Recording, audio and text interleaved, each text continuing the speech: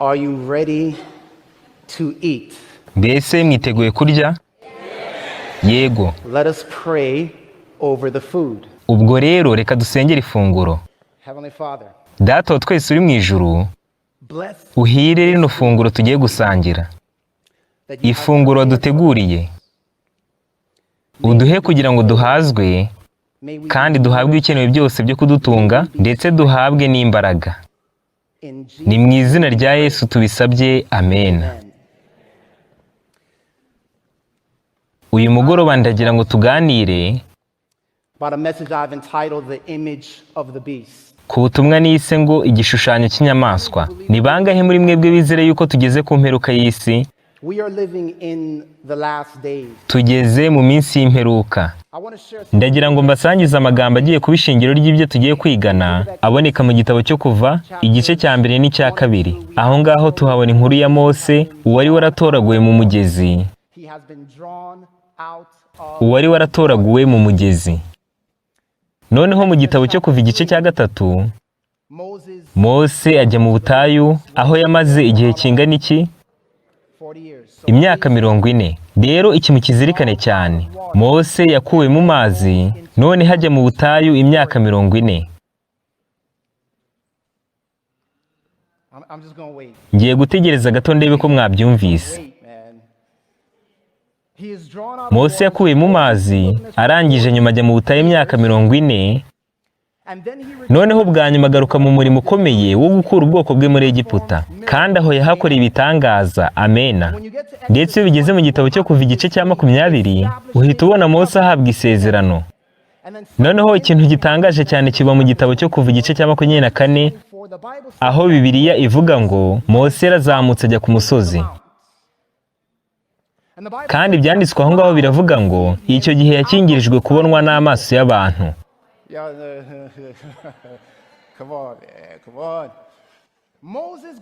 Ubwo rero Mose yagiye ku musozi, kandi tuzi yuko icyo gihe Mose atari ari kure cyane y'ubwoko bwe bwa Isiraheli. Ubwo rero yagiye ku musozi, kandi icyo gihe ikintu gitangaje cyane cyarabaye, bitewe n'uko ubwoko bwa Isiraheli icyo gihe bwizeraga yuko Mose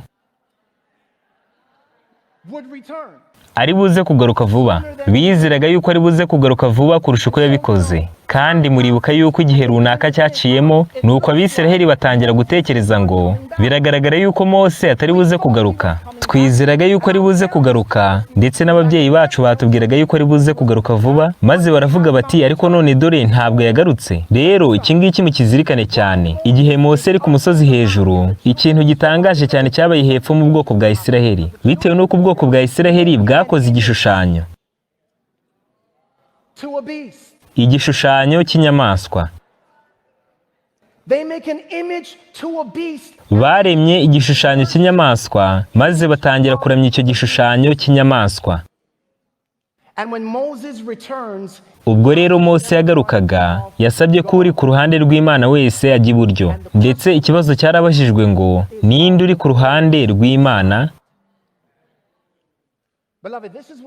Kandi bene data, aho ngaho niho duhagaze. Icyo nicyo gihe duhagazemo muri kino gihe. Iyo ugiye mu gitabo cy'ibyahishuwe, uzabona mu byahishuwe igice cya 13 no mu gice cya 12, uzabona yuko hari inyamaswa zirimo zavuzwemo. Kandi Bibiliya iratubwira ngo izi nyamaswa zigomba kurwanya ubwoko bw'Imana, zifite uburakari n'umujinya byinshi, ndetse tugomba kuba twiteguye cyane bihagije kugira ngo tutaramya inyamaswa, ndetse kugira ngo tutanaramya igishushanyo cyayo. Ariko ntimugire ubwoba, bitewe n'uko hari amakuru meza.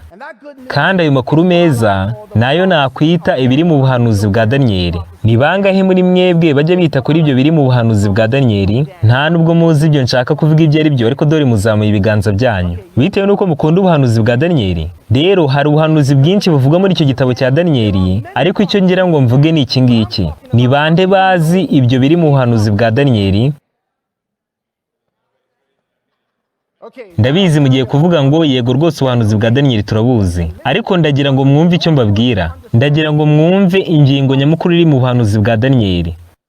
ushobora kuba utari warumvise ibi ngibi mbere hose, ariko uraza gusanga n'ubundi wasaga nk'aho ubizi, nubwo hari ukuntu bigiye kuba bishya kuri wowe. Rero kugira ngo twumve ibyo biri mu buhanuzi bwa Daniyeli, biradusaba yuko tugiye kwiga icyo gitabo cyose cya Daniyeli. Mbese mwiteguye kwiga igitabo cyose cya Daniyeli uko cyakabaye iri joro? Ntimugire ubwoba kuko tugiye kukiga mu minota mikeya cyane. Reka rero duhere muri Daniyeli igice cya mbere. Daniyeli igice cya mbere tuhabona iyi nkuru y'abasore bane b'Abaheburayo babaye abizerwa ku Mana kubera iyihe mpamvu? Bitewe n'uko batashoboraga kurya ibyo kurya byande, ibyo kurya by'umwami n'ibyo kunywa by'umwami. Mbese uwo mwami ninde? Ni Nebukadinezari. Yari umwami w'ubuhe bwami? Ni ubwami bwa Babuloni. Rero bene data, iki ngiki mukizirikane cyane. Ubu natangiye kubabwira bya bindi biri mu buhanuzi bwa Daniyeli nashakaga ko mwumva ibyo ari byo, kandi ndagira ngo mbibabwire uko bikurikirana, kuko n'ubuhanuzi ugomba kumva neza uko bukurikirana. Muri Daniyeli igice cya mbere tuhabona iri tsinda ry'abantu banze kunywa ku nzoga ya Babuloni.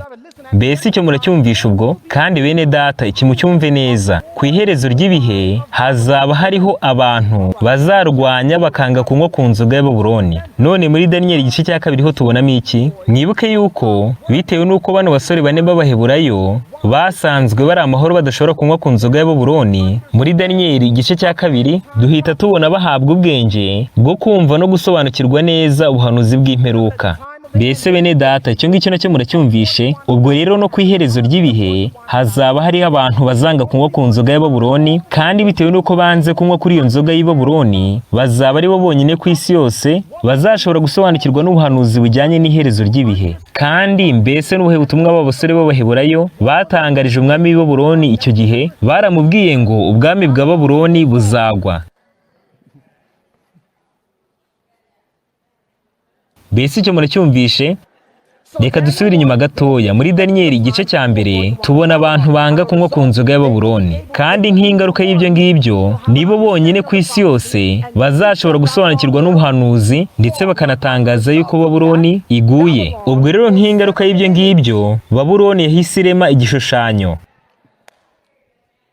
Mbese icyo mvuze muracyumvishe? Mwumvise icyo mbabwiye? Ubwo tugeze mu gice cya kangahe? Ni muri Daniyeli igice cya gatatu. Ibyo ni byiza. Ubwo rero nk'ingaruka yo kwigisha ubwo butumwa, Babuloni yahise irema igishushanyo, kandi igihe Babuloni yari ikoze ibyo ngibyo, ibyaha byayo byahise bigera hejuru mu ijuru. Mbese muribuka muri Daniyeli igice cya kane ko cya giti kinini cyane cyashushanyaga ubwami bw'i Babuloni, kandi ko muri icyo gice cya kane cya Daniyeli Imana ubwayo yabwiye Babuloni ngo ibyaha byawe n'ubwibone bwawe byageze hejuru mu ijuru. Murebe neza muri Daniyeli igice cya kane. Ubwo rero dusubire gatoya muri rwa ruhererekane rwacu. Hazaba hari abantu banga kunywa ku nzoga ya Babuloni, aho ni muri Daniyeli igice cya mbere, kandi nk'ingaruka y'uko banze kunywa kuri iyo nzoga nibo bonyine bazasobanukirwa n'ubuhanuzi bw'imperuka, kandi bazigisha yuko ubwami bwa Babuloni buguye. Aho ni muri Daniyeli kabiri. Nk'ingaruka y'ubwo butumwa Babuloni izarema igishushanyo, kandi izategeka abantu bose gupfukama bakakiramya, ndetse igihe abantu bazaramya iki gishushanyo ibyaha bya Babuloni bizaba bigeze hejuru mu ijuru. Kandi igihe ibyaha bya Babuloni bizaba bisendereye bigeze hejuru mu ijuru, Babuloni bwa nyuma izahita igwa. Ubwo rero tugeze muri Daniyeli igice cya gatanu. Muribuka yuko cya giti cyo muri Daniyeli igice cya kane nacyo cyahise kigwa. Ubwo rero no mu gihe cy'imperuka Babuloni izagwa bikomeye cyane. Rero iyo tugeze mu gice cya gatandatu cya Daniyeli tuhabona ibintu bitangaje cyane, naho bitewe n'uko hatangwa itegeko ryo gupfa. Baravuze ngo kuko tudashobora kugira ikosa na rimwe tubona kuri Daniyeli, bityo tugomba gushakira ikosa mu mategeko y'Imana avuga ko yizera. Ubwo buhanuzi bwa Daniyeli igice cya gatandatu murabuzi. Wenda mushobora kuba mutari mwarabwumvise bikurikirana gutya, ariko murabuzi. Noneho iyo tugeze muri Daniyeli igice cya karindwi tuhita tuhabona agahembe gato, kandi bwa nyuma tubona yuko ako gahembe gato yagakomeye kanyagwa burundu ubwami bwako, kuko nicyo muri Daniyeli karindwi bwa nyuma havuga. Noneho muri Daniyeli umunani tubona yuko ubuturo bwera bwezwa. Noneho iyo tugeze muri Daniyeli igice cya cyenda, nimwumve neza ikihaba, tuhabona ubuhanuzi bw'ibyumweru 70 aribwo busobanura irangira ry'imbabazi ku itsinda ry'abantu banze Mesiya. Mbese turacyari kumwe? Rero tugaruke kuri rwa ruhererekane rwacu. Muri Daniyeli igice cya mbere tubona yuko hari abantu banga kunywa ku nzoga ya Babuloni. Nk'ingaruka y'ibyo ngibyo nibo bonyine bazasobanukirwa n'ubuhanuzi bw'imperuka, kandi nibo bazigisha ubutumwa bw'uko Babuloni iguye. Aho ni muri Daniyeli igice cya kabiri. Noneho kandi gikurikira ibyo ngibyo, Babuloni izashyiraho igishushanyo, kandi isaba abantu bose kukiramya. Aho tugeze muri Daniyeli gatatu, maze abantu nibaramya iki gishushanyo ibyaha bya Babuloni bizaba bigeze hejuru mu ijuru. Aho ni muri Daniyeli kane. Kandi ibyaha byayo nibigera mu ijuru, Babuloni izatangarizwa yuko iguye burundu, izatangarizwa yuko iguye rwose. Kandi nyuma yuko Babuloni ibwiwe yuko ibyayo bigiye kurangira,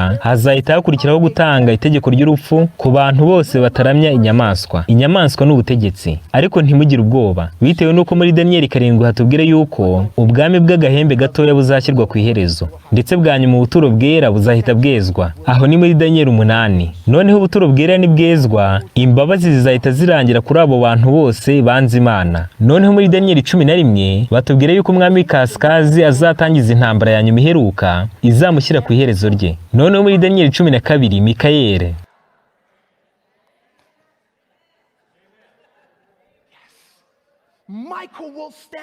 Mikayeli wa mutware ukomeye cyane azahaguruka, kandi abapfiriye muri Kristo bazazuka. Rero bene data, nimunyumve neza, igitabo cya Daniyeli cyose uko cyanditse mu ruhererekane ni ubuhanuzi buvuga ku bizaba ku bwoko bw'Imana byose uko byakabaye. Mbese muri kumva neza icyo mbabwira n'ukuntu binshimisha? Noneho rero bene data, hano hari ikibazo gikomeye cyane. Mbese urashaka yuko iyo nkuru y'uruhererekane iba inkuru yawe? Ariko rero hari ikintu hano utagomba kwirengagiza. Niba ushaka yuko iyo nkuru iba ubuhamya bwawe nawe, ugomba kugira ikintu gikomeye usobanukirwa neza. Niba udashaka kuramya inyamaswa n'igishushanyo cyayo, ugomba kubanza kumva ikintu cy'ingenzi cyane, kandi ndagira ngo icyo tucyumve tujyanye mu gitabo cy'Itangiriro igice cya mbere. Ndagira ngo twumvane amagambo ahanditse ku murongo wa 26 niho nshaka ko dusoma. Itangiriro 1:26 haravuga ngo, Imana iravuga iti, tureme umuntu agira ishusho yacu ase natwe, batwara amafi ya hehe yo mu nyanja n'inyoni n'ibisiga byo mu kirere n'amatungo n'isi yose n'igikururuka hasi cyose. Ubwo rero hari ibintu bibiri ngira ngo twumve hano. Icya mbere, umuntu yaremwe asa n'Imana kandi yaremwe mu ishusho y'Imana. Mbese ibyo bisobanuye iki? Bisobanuye iki ngo umuntu yaremwe asa n'Imana kandi yaremwe mu ishusho y'Imana? Byaba bisobanuye se ko Imana iteye nk'uko natwe duteye mu buryo bugaragara? Ikintu cya mbere gikomeye ibi bintu byasobanuraga ni uko uyu muntu yari afite imico ndetse no gutekereza kw'Imana. Rero kuremwa mu ishusho y'Imana usa nayo bisobanuye ko umuntu yitwaraga cyangwa se yakoraga ibihuje n'uko Imana ishaka. Mbese ni bande muri mwebwe bashaka gukora nk'uko Imana ikora? Ndabona hari benshi ibyo biyobeye. Ntabwo nyine mvuze ko tugomba guhinduka nk'Imana ngo dukore nk'uko Imana ikora mu buryo bujyanye n'imbaraga zayo, ahubwo mvuze kugira imico cyangwa se gukurikiza ibyo Imana ishaka. Ubwo rero umuntu yaremwe mu ishusho y'Imana asa nayo bisobanuye yuko yari afite imico y'Imana, kandi reka mbivuge muri ubu buryo, yari afite ubwenge bw'Imana ubwayo. Ubwenge bw'uwo muntu bwareraga cyane, butunganye kandi bukiranutse. Icyo ni cyo kintu cya mbere nagira ngo twumve muri rino somo ryo mu Itangiriro 1:26. Ikintu cya kabiri ngira ngo twumve ni iki ngiki, ni uko muri uyu murongo dusomye habonekamo ubwami bubiri. None ubwo ubwami bubonekamo ni ubuhe? Habonekamo ubwami bw'umuntu ndetse n'ubwami bw'inyamaswa. Rero igihe Imana yaremaga umuntu mu ishusho yayo, yaramubwiye ngo, ufite ubutware bwo gutegeka ibyo mu kirere byose, ugategeka ibyo mu nyanja byose, ndetse n'inyamaswa yose ikururuka hasi. Ariko hari ikintu gitangaje cyane cyabayeho ngaho. Umuntu yaracumuye. Ni yego? Yego. Igitabo cy'Itangiriro igice cya 3 umurongo wa 1 tubone yuko havuga ngo inzoka yarushaga uburiganya inyamaswa zose zo mu isi. Reka tube tugarukiye aho ngaho. Mbese inzoka ivugwa hano ni iyihe? Biratangaje cyane. Satani ubwe yakoreye mu nzoka, kandi Bibiliya ivuga ko iyo nzoka yari inyamaswa yakoreshejwe kugira ngo Adamu na Eva basuzugure Imana. Ndabona bamwe mu maso yabo batangiye kumirwa. Igihe Imana yaremaga Adamu na Eva, yabahaye gutegeka inyamaswa zose. Icyo ni mucyumve neza. Ariko icyo tubona ahangaha ni uko Satani yahise aza ari mu mwambaro w'inzoka kugira ngo ashyire urujijo mu bwenge bwa Adamu na Eva. Mbese turi kumwe? Satani yateje urujijo ku by'ijambo ry'Imana ryari ryaravuze. Ibyo ni ibintu bitangaje cyane. Mbese ubwo ikiyoka kivugwa muri ino nkuru? Ikiyoka cyaba kivugwa muri ino nkuru dusomye? Yego. None se ikiyoka cyaba gikoreye mu nyamaswa muri rino somo dusomye? Yego.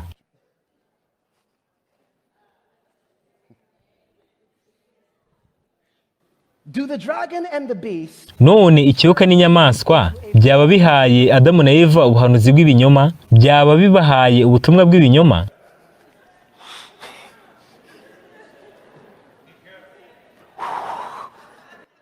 Munyihanganire cyane kuko ndagira ngo numve ko mwabyumvise. Muri iki cyigisho birabasaba ko mukura mu bwenge bwanyu ibibarangaza byose kugira ngo tujyane. Icyo nagira ngo mwumve hano ni ino mbaraga y'inyabutatu yakoreye hamwe. Iyi mbaraga y'inyabutatu yaje kuri Adamu na Eva ikabumvisha yuko bagomba kurwanya Imana. None icyo gishuko babwiwe by'umwihariko gishingiye ku ki? Gishingiye ku magambo Satani yababwiye avuga ngo muzaba nk'Imana. Mbese ibyo ntibisobanuye yuko ari ukwiyitirira Imana? Ni ukwiyitirira ububasha bw'Imana. Icyo ni ikintu cya mbere Satani yababwiye. Icya kabiri yarababwiye ngo gupfa ntabwo muzapfa. Ubwo rero uko ni ukwigisha uko bapfuye bamera ariko mu buryo butari bwo. Rero ikinyoma cya mbere gikomeye Satani yigishije ni ukubwira abantu kwiha ububasha bw'Imana ndetse no kubigisha uko bapfuye bamera ariko mu buryo butari bwo.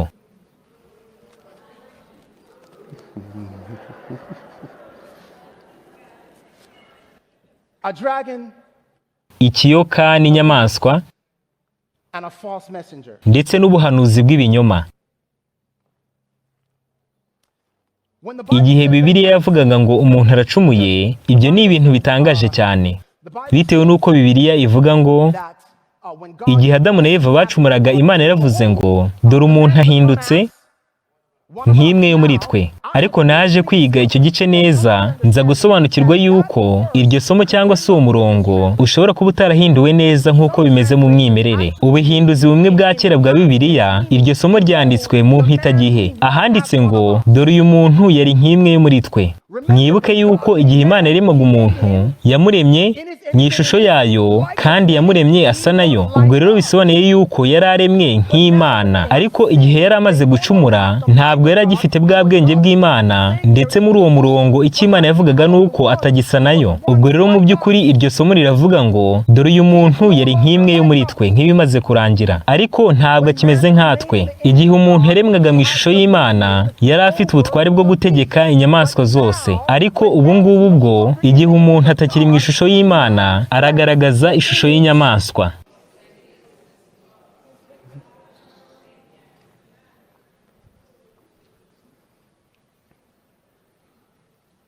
I want you to think Nimutekereze kuri Kayini. Cain. Mbese Kayini yagaragazaga ubwami bw'Imana cyangwa n'ubwami bw'inyamaswa? Hari ubisomye hariya ariko bigezeho. Amen. Twavuga ngo amena. Cain went Kayini yari ameze nk'inyamaswa. Bisobanuye yuko imico ye cyangwa se imico ya wa muntu wari wararemwe mu ishusho y'Imana, nyuma yuko yikuye mu bwiza no muri iyo shusho, yahise atangira guhinduka nk'inyamaswa. Nimunatekereze mbere y'umwuzure, aho abantu bakoraga nk'inyamaswa. yeah. Mbese ni bangahe muri mwebwe mwibuka igitekerezo cya Yosefu wagurishwa n'abavandimwe be ku Banyegiputa? Muribuka icyo b'abavandimwe be bakoze? Bamaze kumugurisha bafashe ikanzu ye maze bayishyira mu maraso, nuko basubira kwa se. Muribuka urwitwazo bajyanye? Bagiye inama baravuga ngo nimureke tuze kubwira data ko inyamaswa yo mu ishyamba yariye Yosefu ikamurangiza, none tukaba twabonye ikanzu ye gusa iriho amaraso. Icyo gihe bibwiraga yuko bagiye kubeshya, kandi abantu benshi batekereza yuko icyo gihe bari abavandimwe ba Yosefu babeshye. Mbese niko namwe mutekereza?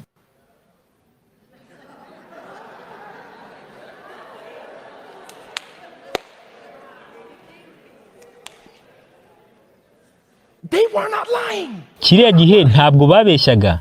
They were the beasts. Bariya bavandimwe be bari inyamaswa. Inyamaswa nyine nizo zakoze biriya n'ubundi nk'uko babikoze. Ni bande bumvise neza icyo navugaga?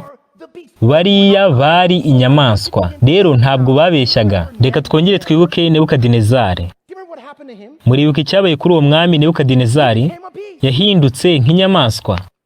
Igihe cyose umuntu ahisemo kurwanya Imana, yarangiza agakurikiza ubushake bwe, Imana ihita imubwira ngo wahindutse nk'inyamaswa. Now, Kandi rero ibyo si igitangaza ko igihe tugiye mu gitabo cya Daniyeli n'ibyahishuwe, we see the duhita tubona ko ubwami bw'abantu bugaragazwa nk'ubwami bw'inyamaswa. a lion. Ubwami bumwe bukagaragazwa nk'intare. A lion represents Intare ihagarariye indwanyi. a bear. tukabona n'ubwami bw'idubu, It devours much flesh. kandi idubu irya inyama nyinshi. Tukabona n'ubwami bw'ingwe, ni inyamaswa y'inyamahane cyane. Noneho tukabona n'ubwami bw'inyamaswa idafite ishusho, imenagura ibintu ikabijanjagura, ibisigaye ikabisiribangisha amajanja yayo. Rero bene data, ndagira ngo mwumve neza ko igihe cyose umuntu atagaragaza ishusho y'Imana, ikiba kuri abo bantu cyangwa se ikiba kuri iryo shyanga, ni uko ritangira kugaragaza ishusho y'inyamaswa. Nimusobanukirwe neza icyo ndi kubabwira, kuko niryo shingiro ry'icyigisho turi kwiga. None se bene data, mwaba muzi abakristo ariko ntimuntere amabuye? Mwaba muzi abakristo b'abanyamahane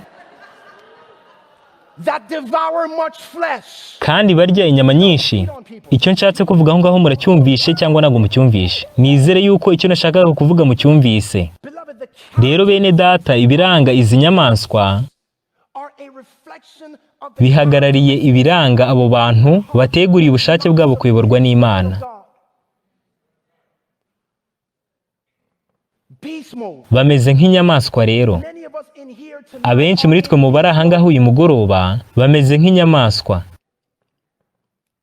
Bene data, ndagira ngo mwumve neza ko ku mperuka y'isi ubwami bw'abantu buhinduka ubwami bw'inyamaswa, kandi bikarangira ubutegetsi bwa muntu buhindutse ubutegetsi bw'inyamaswa. Kandi aho hantu tubona bwa nyuma umuntu atanga ubutegetsi bwe akabwegurira inyamaswa ni mu gitabo cy'ibyahishuwe igice cya 13. Aho ngaho tuhabona inyamaswa eshatu. Iya mbere ni yavuye mu nyanja. Reka mbahagahe gato yo mu bitekerezeho. one from the earth, Inyamaswa ya kabiri ni yavuye mu gitaka, one from the air. ndetse hari n'indi yavuye mu ijuru. Iyo ngiyo ni ikiyoka. The dragon. Ubwo rero dufite ikiyoka, inyamaswa n'umuhanuzi w'ibinyoma. Kandi bavandimwe, iki ngiki mucyumve neza. Uyu nguyu ni wo musozo w'abantu bose batagaragaza ishusho y'Imana no gusa nayo mu mibereho yabo.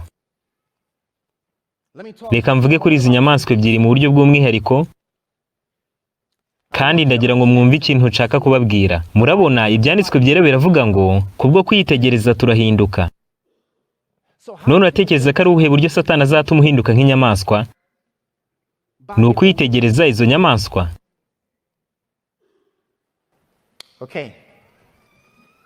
There are two beasts that are described in the book of Revelation. Ubwo rero hari inyamaswa ebyiri zavuzwe mu gitabo cy'ibyahishuwe 13 ndetse no mu byahishuwe 11. Kandi imwe yavuzwe mu byahishuwe 11 ni iyitwa inyamaswa iturutse kuzimu. None ni bangahe muri mwebwe bazi icyo iyo nyamaswa isobanuye? Iyo nyamaswa isobanuye ubuhakanamana bwigaragaje cyane mu gihe cy'impinduramatwara y'Abafaransa. Ndatekereza yuko ibyo ngibyo mwabisomye. Nzi ko muri abantu biga ubuhanuzi bwa Bibiliya, kandi muzi yuko mu myaka y'1790 habayeho impinduramatwara y'Abafaransa, kandi icyo gihe cy'ubuhakanamana kikaba cyaragereranyijwe n'inyamaswa ivuye ikuzimu. None se ni ikihe kintu by'umwihariko cyari kiri muri iyo mpinduramatwara y'Abafaransa? Mu buryo butangaje cyane muri iyo mpinduramatwara y'Abafaransa niho hantu bwa mbere amagambo birakomeye akoreshwa uyu munsi yaturutse. And that term, listen carefully, is the term left and right. Ayo magambo abiri ni aya ngaya, ab'iburyo n'ab'ibumoso.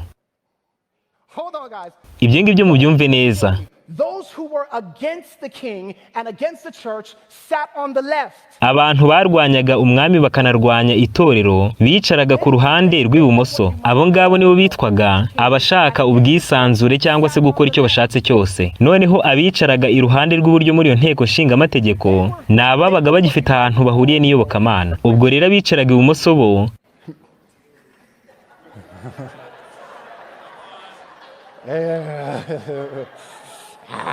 They were for, all kinds of different rights. ni abavugaga yuko baharanira uburenganzira bwabo ku kintu cyose kijyanye n'ubuhakanamana no gusayisha, kandi mu buryo bw'umwihariko abo bantu barwanyaga iyobokamana rya Bibiliya bari bararihakanye. Baravugaga bati iyo mana ntayo tuzi, ntaho duhuriye nayo. Aho rero niho haturutse kurwanya Imana kose, kandi nibo babuzanyije Bibiliya mu buryo bweruye, ndetse hacaho igihe rwose ubuhakanamana busa n'ubwaganje neza iyobokamana. Ibyo ni ibyabayeho mu gihe cy'impinduramatwara y'Abafaransa, kandi ibyo nibyo byiswe inyamaswa iturutse kuzimu. Rero bakundwa, reka mbabwire iki ngiki. Igihe mu itorero hatangiye ibintu nk'ibyo by'ubuhakanamana, maze tugatangira kwishimira no gukora ibisa n'iby'iyo nyamaswa yakoze, byo kuvuga yuko dushaka umudendezo no gukora icyo dushatse gihuje n'amahame y'isi n'uko isi ibona ibintu, icyo duhita tubona n'uko itorero ritangira kwandura, Let me say infected. cyangwa se wenda reka mvuge gutya, gutangira kurwara. But there is another beast. Ariko rero hari n'indi nyamaswa yavuzwe, kandi yo iboneka mu byahishuwe 13. Iyi nyamaswa ifite amahembe abiri nk'ay'umwana w'intama, ariko ivuga nk'ikiyoka. Iyo ni iyindi mpinduramatwara yabayeho muri icyo gihe n'ubundi nyine nababwiraga, kandi iyo mpinduramatwara yitwa impinduramatwara y'Abanyamerika. Ubwo rero turi kuvuga ukuzamuka cyangwa se ukubaho kw'igihugu cya Leta Zunze Ubumwe za Amerika. Ifite amahembe abiri nk'ay'umwana w'intama. Ubwo rero urasa nk'umwana w'intama, ariko wajya kuvuga ukavuga nk'ikiyoka. Mbese mwaba muzi abantu basa nk'intama bakaza hano ku rusengero ukababwira uti isabato nziza, ariko bagusubiza bakakubwira bati umunsi w'umunezero, barakaye cyane ku buryo ushobora no kwikanga ukiruka, bitewe n'uko wari uzi ko ari intama igiye gutamatama, ariko ntibatamatame ahubwo bagatontoma ku buryo uhita wikanga cyane. Ukaba wakwibaza ngo niba ubukristo bumeze gutya, ntabwo nakwishimira kongera kubana nabwo. Rero bavandimwe, abenshi muri twebwe tugenda nk'intama ariko tukavuga nk'ikiyoka. Kandi nimunyumve neza, muri iki gihugu cyacu uyu munsi kirimo kiragenda kirushaho guhinduka nk'ikiyoka. Reka mvuge gutyo, kandi abantu bamwe bagiye kuvuga ngo ngiye kurwanya igihugu, ariko ndagira ngo munyumve neza. Mbese mwaba muzi impamvu ikomeye cyane abatangije itorero ry'Abadiventiste munsi wa karindwi, abapiyoniye, bahise babona byihuse ko Amerika ariyo yavuzwe nk'inyamaswa isa nk'umwana w'intama ariko ikavuga nk'ikiyoka? Impamvu ikomeye bahise babona ibyo ngibyo mu buryo bwihuse yari ubucakara bukomeye bwakorwaga muri Amerika. Mugende murebe mu nyandiko z'abo bapiyoniye ndetse no mu za Ellen White ubwe ndetse n'iza Uriah Smith, muraza kubona yuko ibyo ngibyo birimo. Baravugaga bati igihugu kivuga ko ari cya Gikristo kandi kikaba kivuga yuko abantu bose baremwe mu ishusho y'Imana kandi bangana kungana, ariko kikaba ari cyo gihugu gifite ubucakara bwinshi cyane bukomeye kandi bubi. Bahise banzura ko iyo nyamaswa isa nk'umwana w'intama ariko ikavuga nk'ikiyoka. None bene data, ingingo nshaka kuvuga ni iyi ngiyi. Iyo nyamaswa yavuzwe gutyo n'uyu munsi iracyahari, kandi ubukristo bwinshi muri Leta Zunze Ubumwe za Amerika burimo burakura abantu benshi cyane ku Mana aho kugira ngo bubageze ku Mana. Urabona, Satani yambara imyambaro ibiri, cyangwa se wenda reka mvuge gutya, Satani akoresha inyamaswa ebyiri. Ntabwo yitaye ku nyamaswa ahitamo iyo ari yo yose, kuko zose n'abakozi be. Arakubwira ati inyamaswa niyo ukunda aba ariyo ujyana nayo, bitewe n'uko kubwo kwitegereza duhinduka. Ubwo rero abakurikiza imico n'ibikorwa by'izo nyamaswa nabo bahinduka nk'izo nyamaswa. Ubwo icyo nshaka kubabwira iri joro ni uko njye namwe dukeneye kurekeraho kugendera ku mico y'izi nyamaswa, ahubwo tugakurikiza Yesu Kristo. Bitewe n'uko kubwo kwitegereza duhinduka. Rero bene data, uyu munsi Amerika bamwe baravuga ngo ni nziza kandi tubishimira Imana, ariko nimunyumve mwitonze cyane. Ibyo twakwita gahunda z'iyobokamana nizo zakatiye Yesu igihano cy'urupfu. Mbese icyo mvuze muracyumvishe? Ibyo ngibyo ni inararibonye ikomeye cyane kuri twebwe, kuko n'ab'icyo gihe baravuze ngo ni byiza yuko umuntu umwe yapfa kugira ngo ishyanga ryose rirokoke. Kandi bakundwa, nimunyumve, Yesu Kristo niwe wenyine kandi wa mbere tugomba gukunda byimazeyo. Kandi mu kuri, nubwo hari amakuru mabi avuga ko Satani afite igishushanyo cy'inyamaswa, hari n'andi makuru meza avuga yuko hariho ishusho y'Imana, kandi ishusho y'Imana ni Yesu Kristo. Bibiliya iravuga ngo Imana yohereje umwana wayo, kandi uwo mwana kwari ukwigaragaza kw'Imana mu isi yose, kugira ngo kubwo kumwitegereza tubashe guhinduka tuve mu bunyamaswa tugaruke mu ishusho y'Imana. Yesu Kristo yari abizi yuko aje mu isi y'inyamaswa. Ubwo yavukiye mu muvure hagati mu nyamaswa, yavukiye mu muvure rwose. Ubwo rero byasaga nk'aho arimo aravuga ngo ndabizi n'ubundi ko nje mu isi y'inyamaswa, nta n'icyo bitwaye kuvukira mu muvure, kuko nkunda izi nyamaswa cyane. Yaravuze ati nje kugira ngo mfe, kugira ngo aba bantu bitwara nk'inyamaswa kandi bafite imico y'inyamaswa, nje kugira ngo mfe kugira ngo bahabwe amahirwe ya kabiri yo kuba bagaragaza ishusho y'Imana aho gukomeza kugaragaza ishusho y'inyamaswa. Bitewe n'uko kubwo kwitegereza bene data tugenza gute? Turahinduka. Rero bavandimwe, Kristo yari afite ingabo imukingira kuko utaba inyamaswa. Ni bangahe muri mwebwe bashaka ingabo ibakingira kuko utaba inyamaswa? Bakundwa, mugomba kugira iyi ngabo ibakingira kugira ngo mutaba inyamaswa, bitewe n'uko Kristo ashaka kwirukana ubunyamaswa buri hano mu mutima wawe. Niba udashobora kwirukana ubunyamaswa buri mu mutima wawe ngo ubuneshe, uhite wibagirwa kurwana n'inyamaswa zo mu Gihesho 13, kuko nazo ntuzazinesha, bitewe n'uko uba wamaze kwiyegurira gutsindwa. ubwo rero intambara ikomeye cyane uyu munsi dufite ni ukwica inyamaswa ziri muri twebwe mu mitima yacu. Ishusho y'inyamaswa iyo ari yo yose iboneka muri twebwe hano mu mutima. Kandi mbese ibyo tubikora dute? Ni gute Imana idukuramo ubwenge cyangwa gutekereza kw'inyamaswa ikadushyiramo gutekereza kwa Kristo? Bibiliya iravuga ngo nimube muri nje kandi nanjye mbe muri mwe, kandi ngo abari muri Kristo nta teka bazacirwaho. Rero ibi ndagira ngo mubyumve neza. Igihe Imana yaremaga umuntu yamuremye mu ishusho yayo kandi asa nayo, kandi nanone yamuremye ari nk'urusengero. Mbese ntimuzi yuko muri insengero z'Umwuka Wera kandi ko Umwuka Wera aba muri mwebwe? None niki cyatumaga umuntu agaragaza ishusho y'Imana? Nuko uwo muntu ubwe yari urusengero rw'Imana. Kandi imbere muri urwo rusengero hari harimo amategeko y'Imana. Mbese siko bimeze?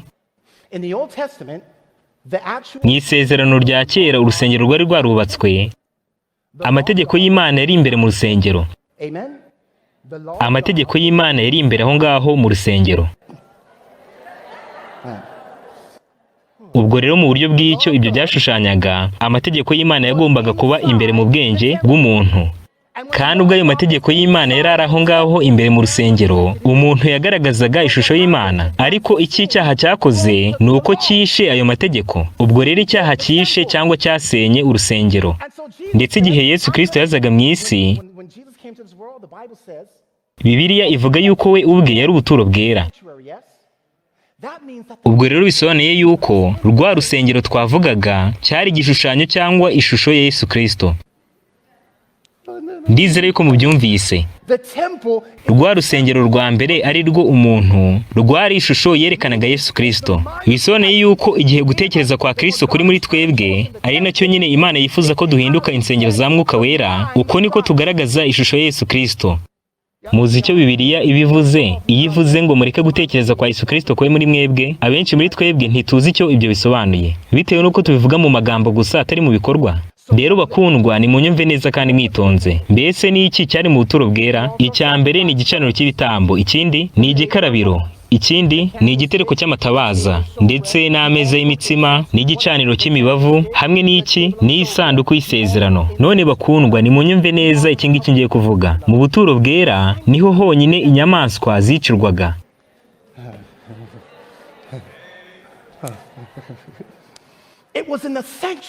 Ni mu buturo bwera gusa Imana yari yarategetse ko inyamaswa zigomba kwicirwa.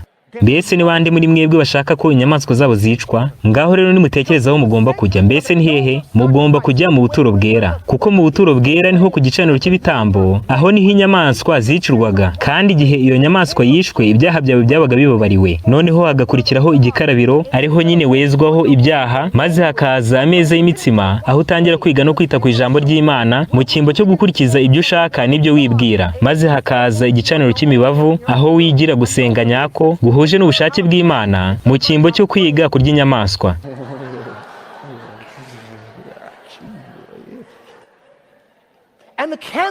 Ndetse kandi aho ngaho habaga hari n'igitereko cy'amatabaza, aho utangira kumurikirwa n'umucyo w'ukuri, ukareba imbere icyo ijambo ry'Imana rikubwira, ndetse ukinjira imbere ahera cyane, aho amategeko y'Imana yandikwa mu bwenge bwawe, maze Imana ubwayo ikavuga ngo ukuri muraza muri buno buturo bwera, niko ndi bwongere kukuremamo ishusho yanjye ugasa nanjye.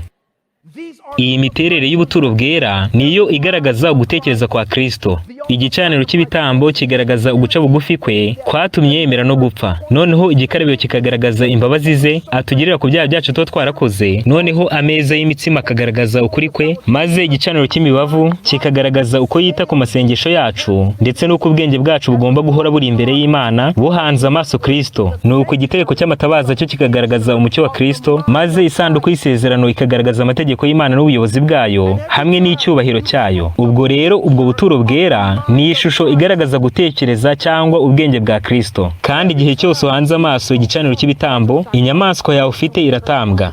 Nzi yuko benshi muri mwebwe bashobora kurakara, ariko reka nsenge gutya. Data, ushaka igitambo, ushaka igitambo hano.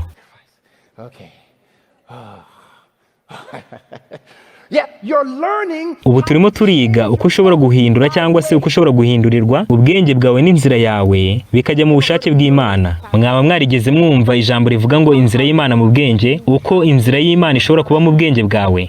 Rero bene data, ubuturo bwera niyo nzira yonyine Imana yateguye kugira ngo tugere kuri yo.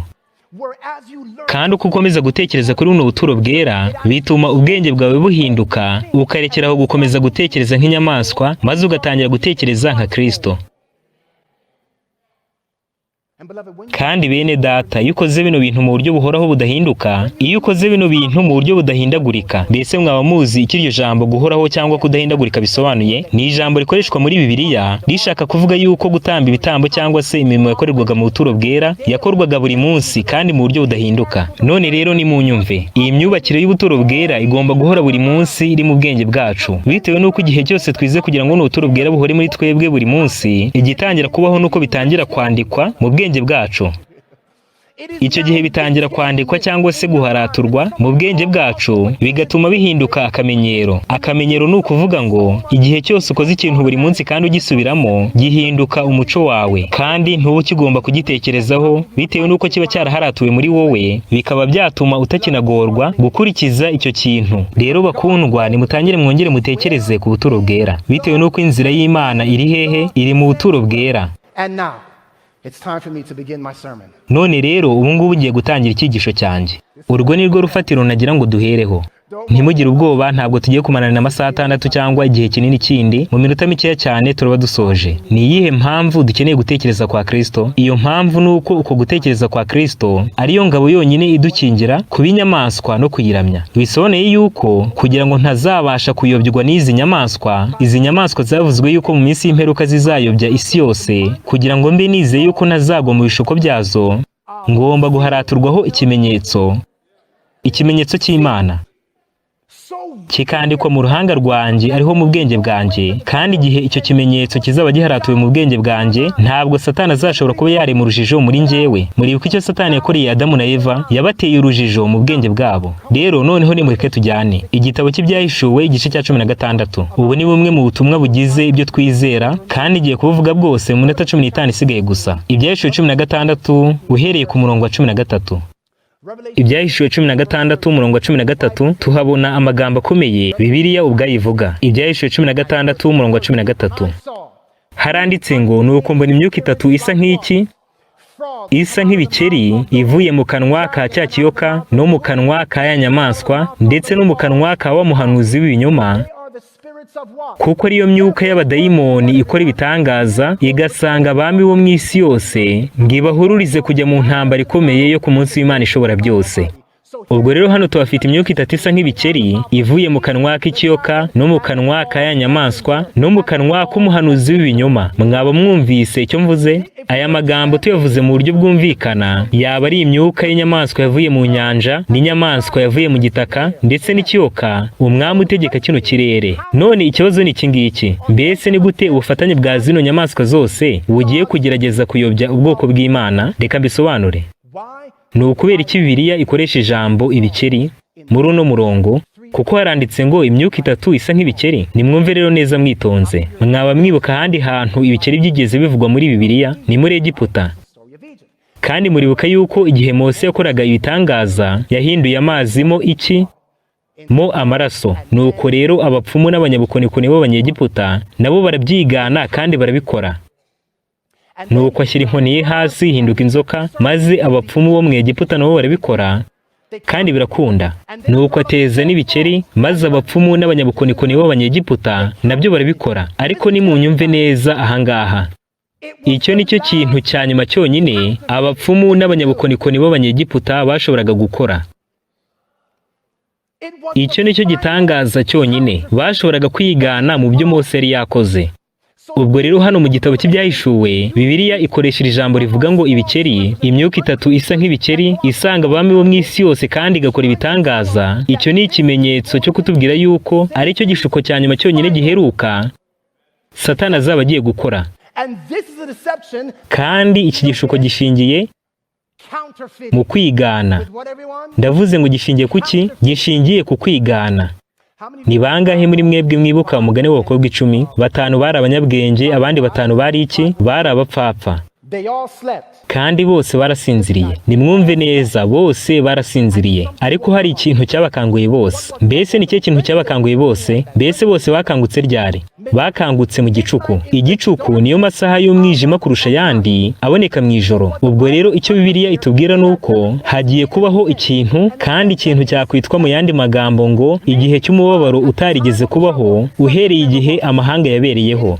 Kandi ni ikintu kigomba kubaho mu mwijima ukomeye cyane kurusha indi yose yabayeho mu mateka y'isi. Icyo kintu kigiye kubaho ni ikintu kigomba gukangura abakobwa bombi, baba abanyabwenge cyangwa abapfu. Kandi nimukurikire neza ibyo ngibyo mwitonze. Nimureke tujyane muri Daniel igice cya 12 umurongo wa 1 kugeza ku wa 2. Kandi ndabizi yuko muzi neza ibihanditse. Ku murongo wa 1 n'uwa 2 w'icyo gice cya 12 haranditse ngo, maze icyo gihe Mikayeli azagenza ate? Azahaguruka. Mikayeli wa mutware ukomeye cyane ujya uhagararira abantu be azahaguruka. Kandi kizaba ari igihe cy'iki? Kizaba ari igihe cy'umubabaro utarigeze kubaho uhereye igihe amahanga yabereyeho ukageza icyo gihe. Nuko bagakomeza kuri uwo murongo bavuga ku bijyanye n'umuzuko ndetse n'ibindi byinshi byiza bitandukanye. Ariko se kuriya guhaguruka kwa Mikayeli bisobanuye iki? Bisobanuye bwa mbere yuko Kristo agiye kugaruka. Kandi nagaruka abapfiriye muri bo bazagenza bate? Bazazuka. Ubwo rero Yesu Kristo azaza kandi abapfuye bazazuka. Ariko se ni iki gituma Mikayeli ahaguruka? Guhaguruka kwe bibanzirizwa n'iki? Igisubizo ni Daniel 11 umurongo wa 40.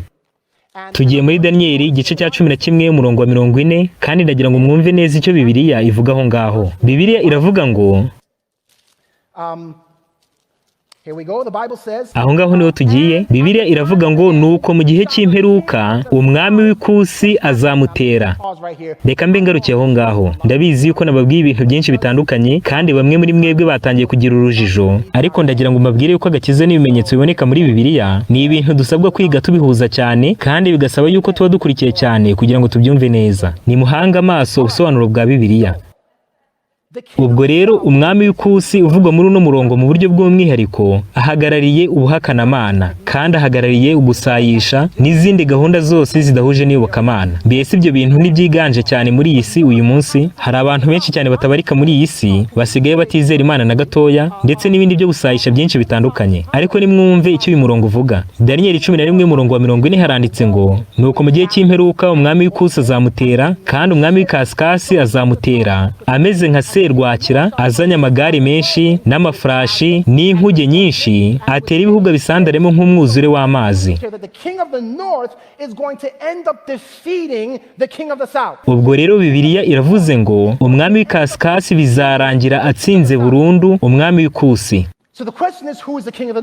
None ikibazo twakwibaza ni iki ngiki: mbese umwami w'ikasikasi ninde? Abenshi muri mwebwe mwizera neza uwo uyu mwami ari we, kandi murabizi neza yuko ari ubwami n'ubundi bushushanywa nk'agahembe gato, ariko ubupapa. Ariko hari n'ikindi kintu gikomeye cyane ibi ngibi bisobanuye, ngira ngo mwumve. Mbese umwami w'ikasikasi atera gute umwami w'ikusi kugira ngo amutsinde? Amuteza iki? Azana amagare menshi, akazana inkuge, kandi akaza ameze nka serwakira, azanye amafarashi menshi.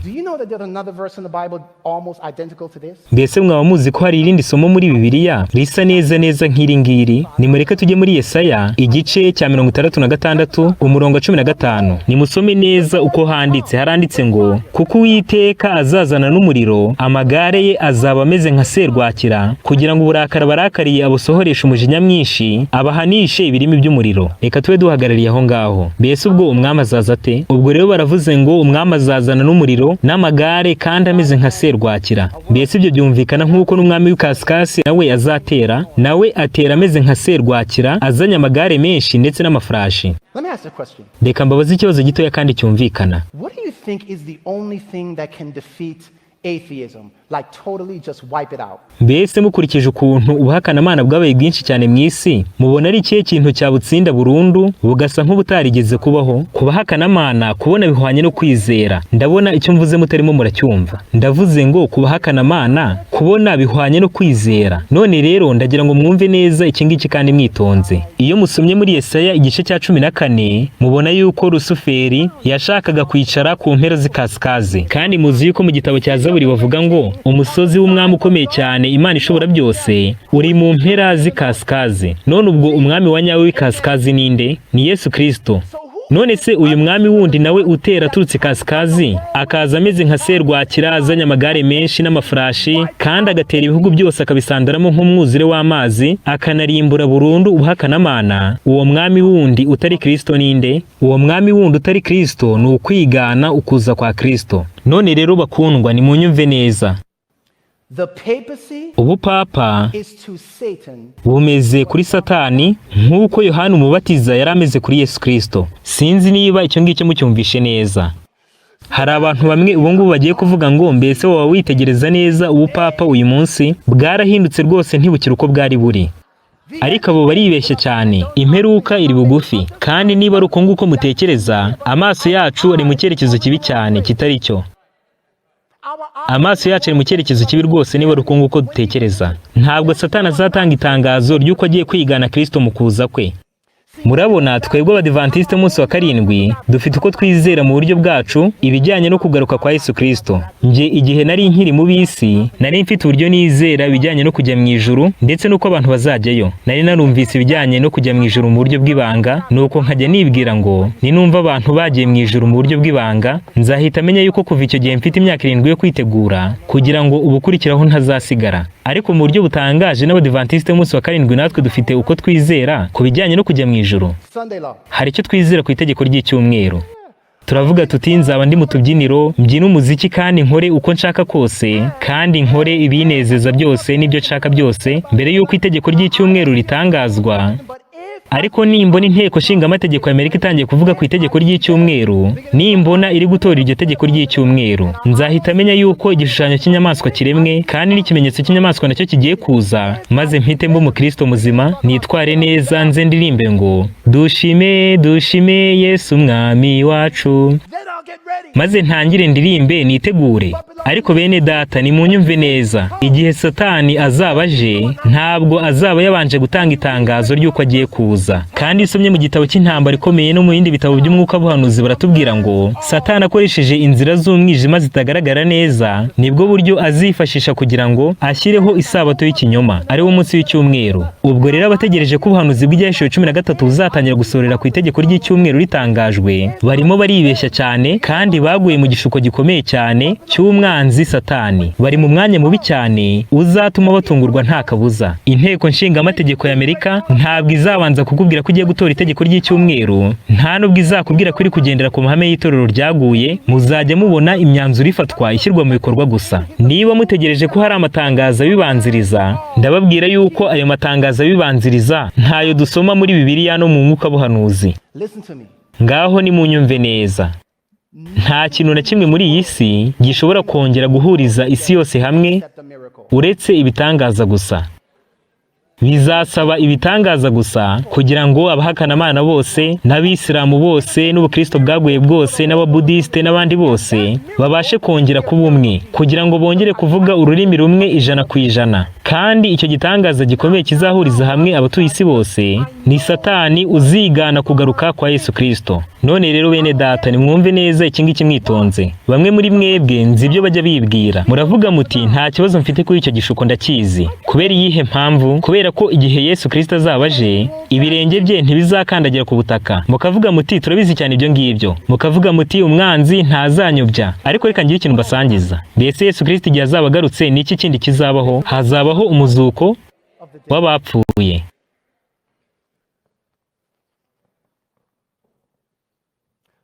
Kandi ndagira ngo ibi ngibi mubitekerezeho neza mwitonze.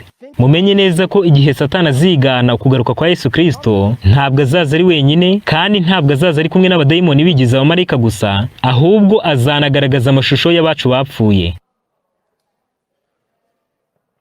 Aho niho babahanuzi b'ibinyoma bazatangira kuvuga ngo Badivantiste twarababwiye yuko mwayobye. Kandi n'iki ngiki mukibuke, mbese Yesu Kristo nagaruka n'iki kindi kizabaho? Hazahita hatangira imyaka 1000, kandi muri iyo myaka 1000 guca imanza kuzahabwa abakiranutsi.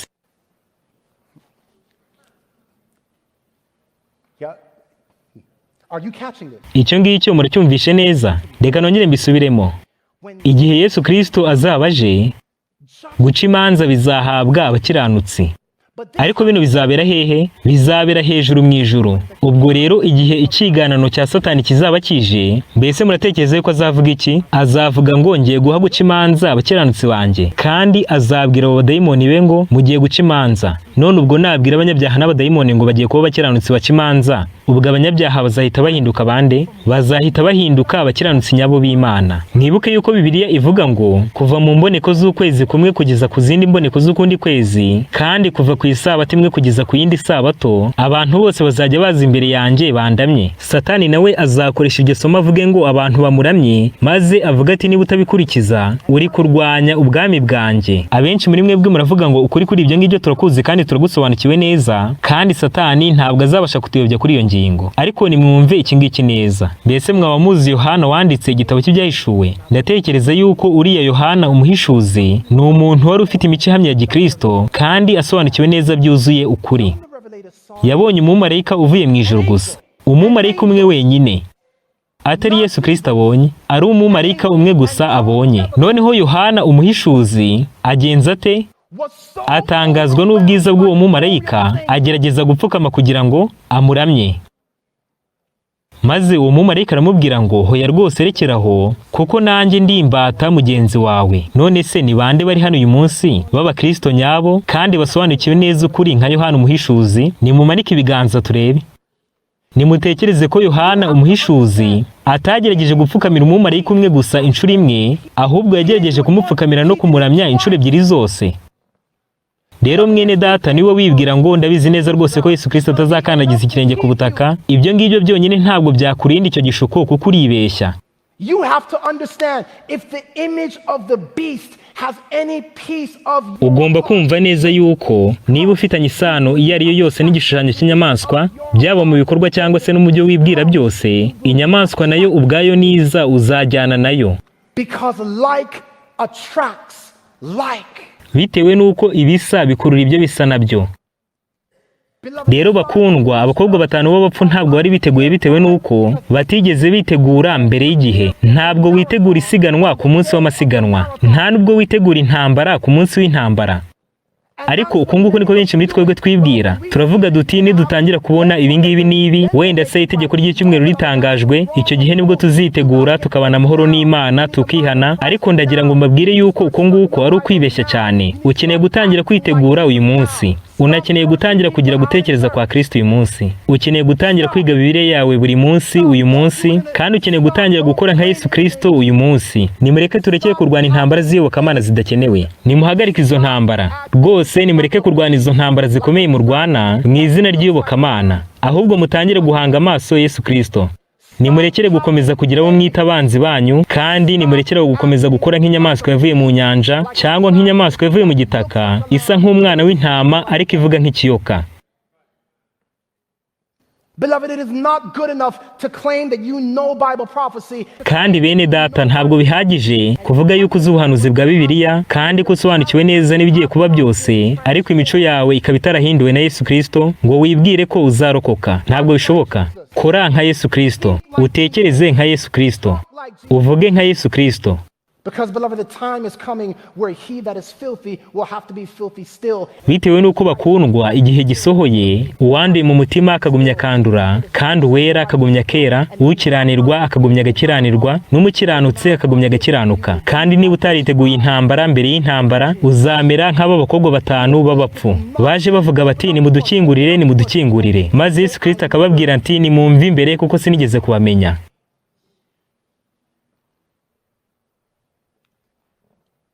So I have 1 minute to make an appeal. None rero nsigaranye umunota umwe gusa wo kugira icyo mbasaba. My appeal is very simple tonight. Kandi icyo mbasaba kiroroshye cyane iri joro. Lord, I need to slay this beast. Uvuga uti mwami, ndashaka ko unyicira inyamaswa zose ziba muri njyewe. Nkeneye yuko izi nyamaswa zose ziva mu mutima wanjye, kandi ndifuza kujya mu buturo bwawe bwera kugira ngo umpindure wese. Bityo ndagusabye cyane mwami, kugira ngo wice izo nyamaswa zose ziri muri njyewe, kugira ngo ntazaba nkizifite mu bihe bikomeye cyane, bigatuma ntabasha gutsinda ziriya nyamaswa zikomeye zo mu byahishuwe 13. Kandi niba wifuza kuvuga uti mwami, ntabwo nshaka yuko Satani ateza urujijo mu mutima wanjye, ahubwo ndifuza yuko haratura ikimenyetso cyawe mu bwenge bwanjye, kugira ngo Satani atandemo mu rujijo nk'urwo yaremye muri Adamu na Eva. Uvuga uti mwami, ndifuza yuko ubwenge bwanjye bukomeza kuguhanga amaso. kandi ndifuza yuko waza hano imbere kuko tugiye kugira isengesho ryihariye. Ntugire ubwoba, uzi hano imbere kugira ngo dusenge turi kumwe, kandi uvuga uti ndashaka ko Mwami unyicira inyamaswa zose. Ndifuza yuko uhindura umutima wanjye Mwami. Ndifuza yuko umpindurira umutima. Uvuga uti ntabwo nifuza kugaragaza ishusho y'inyamaswa, ahubwo ndifuza kugaragaza ishusho y'Imana umuremyi wanjye.